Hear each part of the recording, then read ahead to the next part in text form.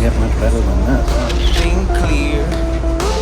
Don't let them see you. All right, well, I thought I'd add a little spice to this month's episode, and here we are. We're on Amtrak. We're headed from PDX, Portland, Oregon, down to Orange County, Southern California. Hope you enjoy the scenery.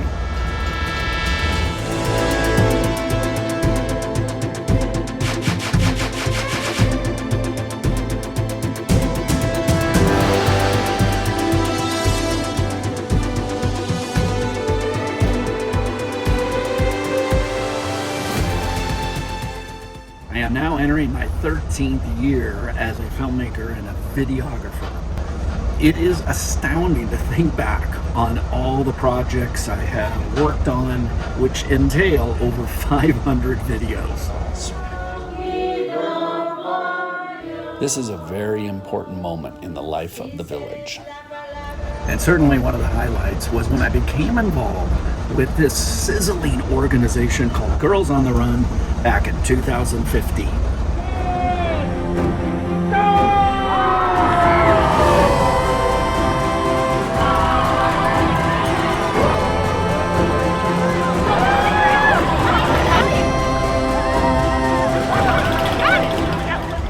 Little did I know that when I filmed the Fall 5K for Girls on the Run back in 2015, that relationship would last 8 years to this moment and counting.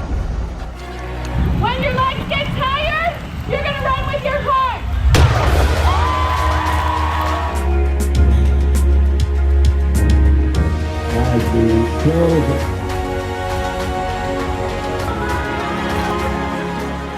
And that includes my one and only full-feature documentary, Run With Your Heart. This is their story.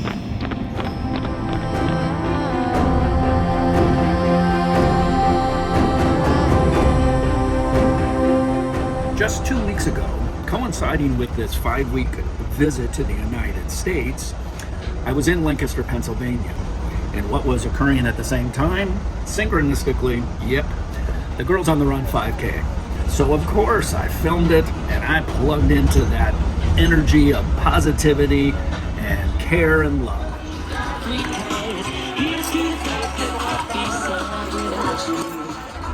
And you may have already guessed that the November Being Empowered episode for 2023, yep, it includes and involves Girls on the Run.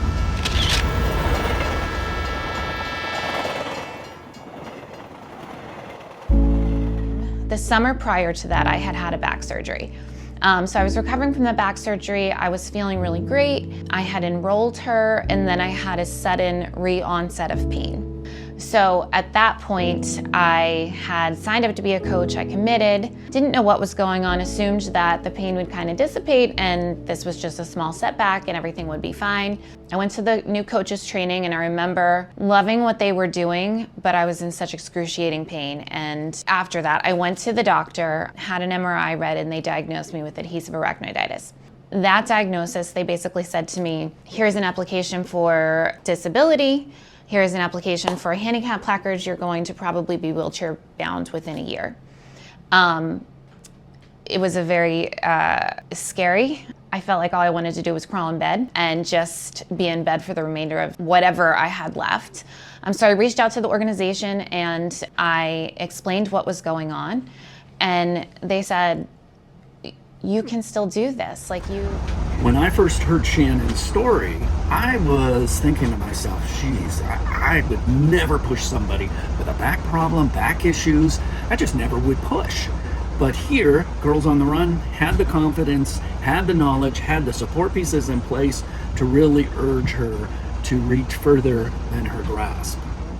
So they're like, we can do this. You can teach the social emotional learning lessons and the other coaches can do the running, and you can do whatever you can with the warm up with the girls just to show them that even though you can't move as well as everybody else, you can still participate. And that it made me emotional. It made me cry. I was thinking, how on earth am I going to do this? I loved everything about it. So every time I would move, a nerve would be triggered. So if I flexed my toes, I was in excruciating pain. I could take steps forward, but if I lifted my knees, I was in excruciating pain. So the pain, it was awful. But what I did was just a little bit, I could see as the weeks kind of passed, and I was doing treatments to try to help with the pain. Week 1 was really rough, and we kind of said to the girls, my GOTR name was Magic Martin, and Magic Martin is, probably not going to do the running in place or the sit-ups or the open the gates, but I would, do arm movements instead of leg movements, or I would, instead of doing the marching, I would just lift my feet a little bit or lift my heel up a little bit. Over time, I think it was by week, I want to say like October 15th, I journaled that I was able to get on the ground with the girls. And the girls noticed, they're like, oh, you can get down, which was really cool. And they sort of rallied around me too. So she would do the exercises and the next season walk with us, and it meant a lot to see her build up.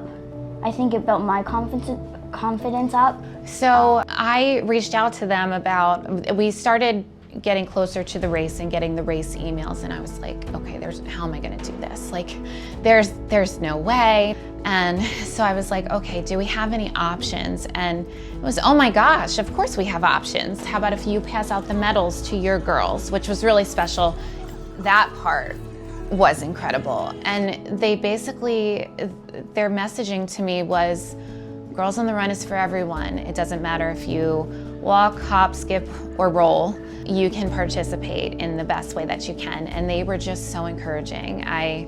It lifted me up when I was at a point where I felt like I was at the point of no return. And I'm like, okay, they're saying I can do it, then I can do it. And I honestly thought I would be in bed for the rest of my life. That's kind of what I thought. I had put on a lot of weight, so I was weighing 237 pounds at that time, which made the condition way worse. And I'm not to a point where I can run, but I've gotten to the point where I can increase a lot of steps. So I try to get 10,000 steps a day. I've lost 96 pounds. Pretty much independent. I'm not anywhere needing to be in a wheelchair. I'm not anywhere needing to use a walker or a cane. I go up and down the steps about 15 times a day, and being able to do that is just, you don't realize what that is until you don't have it. So being able to just be present, even as a teacher, because I felt like I couldn't be present, it's priceless. Yes, so she ran with her father, which was very special for her. Getting the girls ready was really fun, seeing them get all decorated and, just celebrating their individuality and seeing how excited they were to make that happen. So, I just sort of waited patiently for all the girls. We had one 3rd grader, I believe, that I remember Jen came by and she's like, I think the super speedy one's coming by. And I was like, seeing her come through and just like catching her and putting the medal around her neck. I didn't have a voice by the time I left because it was just so beautiful to see them accomplish it. And I think it was doing what seemed like was impossible, seeing how they felt about actually doing it was just so cool. And seeing my daughter cross the finish line with her dad was incredible. Every season I got better and better. So a greater impact in season 2 because we had a lot of repeat girls. So they could see my progression, and that was just so cool. And for my daughter, me being able to do laps with her just made the season that much better for her. The last line in like this piece of paper that she had written on was, I'm so glad I have girls on the run today. I have friends there and it helps me feel seen. I was like, this just says everything about the program right here. I feel heard, I feel seen. But being able to be with these girls and to see them grow and the things you learn along the way, it's just priceless. You can't imagine how impactful it is. I'm a big advocate ever since I was involved of telling people why they need to coach, and that it is not about running, it is about changing the lives of these girls and changing your own life. And the leadership team through Girls on the Run, they just were constantly checking in on me, making sure I was okay. following my story on Instagram, and I think they started to recognize that they were a huge piece of the puzzle. I had to tell them a bunch of times that it was them, that they did this, but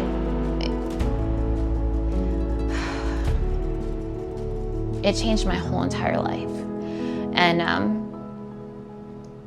I thought that I was gonna be disabled for the rest of my life. And they told me, you can do this. And I really thought that I couldn't. And I really thought that my children weren't gonna have a mom, or have a mom that could be involved. And being able to have that relationship with my daughter and with those girls, it just meant everything. And I wish more people could know the impact this organization can have on not only the life of the girls, but on the life of their mothers.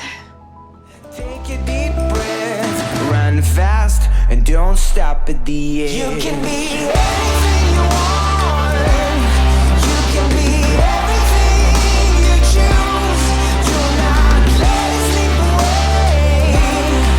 'Cause if you never try it, you never know. You can be anything you want. You can be everything you choose. Do not let it slip away. 'Cause if you never try it, you never know. When I was a kid, my dad used to say, don't let. As Shannon did offer in her testimony, if the Girls on the Run staff had not encouraged her and gave her that little nudge, she might not be experiencing the great health and the better life she is right now. So my hat is off to the Girls on the Run staff for taking an extra step and giving Shannon that gentle little nudge, or not so gentle, to really stay involved and reach her fullest potential and become healthy and active again. I just want to say a huge thank you to Girls on the Run, Carrie Johnson, Jennifer West, and the entire staff and team, because they have had such a huge impact on my life. And speaking of that story, I'll tell you, me jumping into a full feature documentary, 90 minutes long, that was scary. And I'll tell you that as we were going through that 3-4 month process, they were nothing but encouraging and supportive, and one of the best experiences of my life. So thank you. I will conclude with some words of wisdom. You can be anything you want. You can be everything you choose. Do not let it slip away.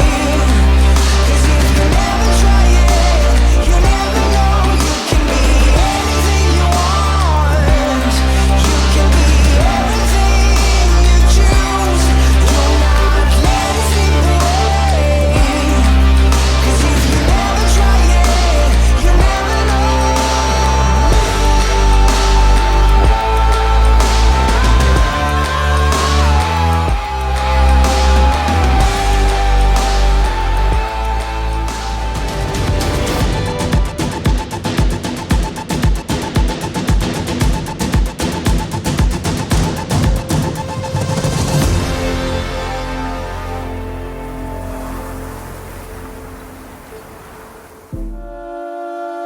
When I was a kid, my dad used to say, don't let anything stand in your way. Stand tall, think clear. Don't let them see you ain't no fear.